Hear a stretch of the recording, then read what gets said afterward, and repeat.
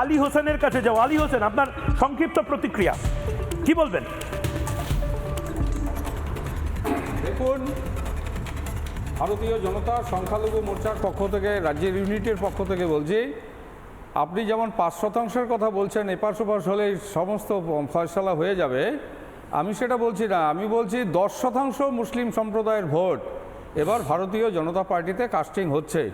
কারণ আমি আপনাদের কাছে বলছি, 2014 সাল থেকে আজ পর্যন্ত আমাদের সংখ্যালঘু শুধু মুসলিমরা বিজেপি করার অপরাধে 14 জন মুসলিম ভাই খুন হয়েছে। 14 জন মুসলিম ভাই খুন হয়েছে। আমি তৃণমূলের বন্ধুদের বলতে চাই, দাদা, বিজেপিতে যদি মুসলিমরা না থাকে, বিজেপিতে যদি মুসলিমরা যদি বিজেপি না করে, তাহলে 14 জন মুসলিম ভাই 2014 সাল থেকে 2024 সাল পর্যন্ত যে খুন হলো, এরা কারা? তারা ঠিক। তাহলে এই মুসলিমরা ভারতীয় জনতা পার্টিতে দীর্ঘদিন ধরে আছে, তারা দীর্ঘদিন ধরে আছে। এবার মুসলিম ভাইদের মধ্যে প্রশ্ন শুরু হয়েছে।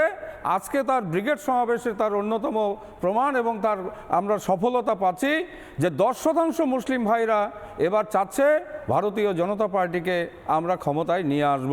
ঠিক। আমি আলী হোসেন দা, আমি আপনাকে একটু থামাচ্ছি, আপনার খুব ভালো লাগবে আজকে যে আমি 30 সেকেন্ড আপনার থেকে প্রতিক্রিয়া নেব।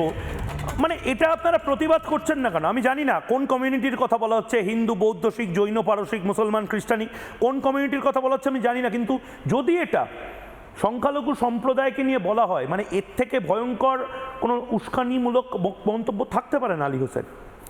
নিঃসন্দেহে রাজ্যের মুখ্যমন্ত্রী হিসাবে উনি যে কথাটা বলেছেন, এক পক্ষ যদি মানে শুরু করে তাহলে 12টা বাজিয়ে দেবে। কথাটা হচ্ছে মুসলিমদের কথাই তিনি বলার চেষ্টা করেছেন। এটা বলে তিনি সাম্প্রদায়িকতার একটা নজির তৈরি করলেন যে কেন তিনি মুসলিমদের এইভাবে হিলিয়ে দিচ্ছেন, যে আপনারা যে প্রতিবাদ, তা ওনার কথা অনুযায়ী তো প্রতিবাদ করা উচিত মুসলিমদের। আমরা সেই কারণে সংখ্যালঘু মোর্চা আমরা বলেছি, মমতা বন্দ্যোপাধ্যায় যা বলেছে ঠিক বলেনি, আর তার কথা শুনে মুসলিমরা প্রভাবিত হয়ে আর হিন্দুদের উপর আক্রমণ করবে, এটা হতে পারে না। কোনো মুসলমানরাই মমতা বন্দ্যোপাধ্যায়ের পক্ষে সহমত পোষণ করবে না।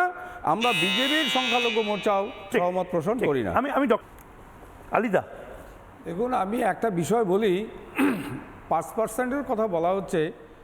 দেখুন, কেন্দ্রীয় সরকারের অর্থাৎ বিজেপি সরকার তো আর ওয়েস্ট বেঙ্গলে নেই, কিন্তু ওয়েস্ট বেঙ্গলে না থাকা সত্ত্বেও কেন্দ্রীয় সরকারের যে সাফল্য, সেটা কিন্তু রাজ্য সরকারের পক্ষ হয়ে আমরা কিন্তু সাধারণ মানুষরা পাচ্ছি।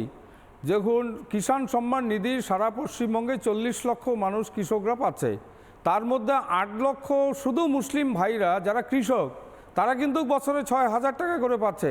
তাহলে মুসলিম ভাইরা কি বিজেপিকে ভোট দেবে না? মুসলিম ভাইদের কাছে এই প্রশ্নটা এসছে তো। আমরা মোদী সরকারের 6,000 টাকা করে পাচ্ছি, আমাদের মোদীকে এবার ভোট দেওয়ার জন্য আমরা তৈরি আছি।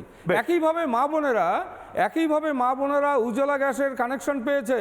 মুসলিম মা বোনেরাও পেয়েছে, হিন্দু মা বোনেরাও পেয়েছে। তাহলে মুসলিম বোনেরাও তারাও বলেছে আমরা কিন্তু মোদী সরকারের সঙ্গে আমরা এখন আছি। কেন? যে বিজেপি পশ্চিমবঙ্গে না থাকা সত্ত্বেও আমরা মা বোনেরা ডাইরেক্ট মোদিজির প্রকল্প আমরা পাচ্ছি। সেই জন্য আমরা এবার বিজেপিকে অবশ্যই আমরা বিচার বিবেচনা আমরা করব। এই কথাটা কিন্তু তারা বলেছে। আমি গ্রামে সার্ভে করে নিশ্চিত রূপে আপনাদের কাছে এই প্রশ্নটা উঠাচ্ছি। বেশ বেশ। নানা ধরনের কন্টেন্ট দেখার জন্য লাইক করুন, শেয়ার করুন আমাদের ফেসবুক পেজ, সাবস্ক্রাইব করুন আমাদের ইউটিউব চ্যানেল। পাশাপাশি অন্যান্য ব্রেকিং নিউজের জন্য অবশ্যই চোখ রাখুন রিপাবলিক বাংলায়।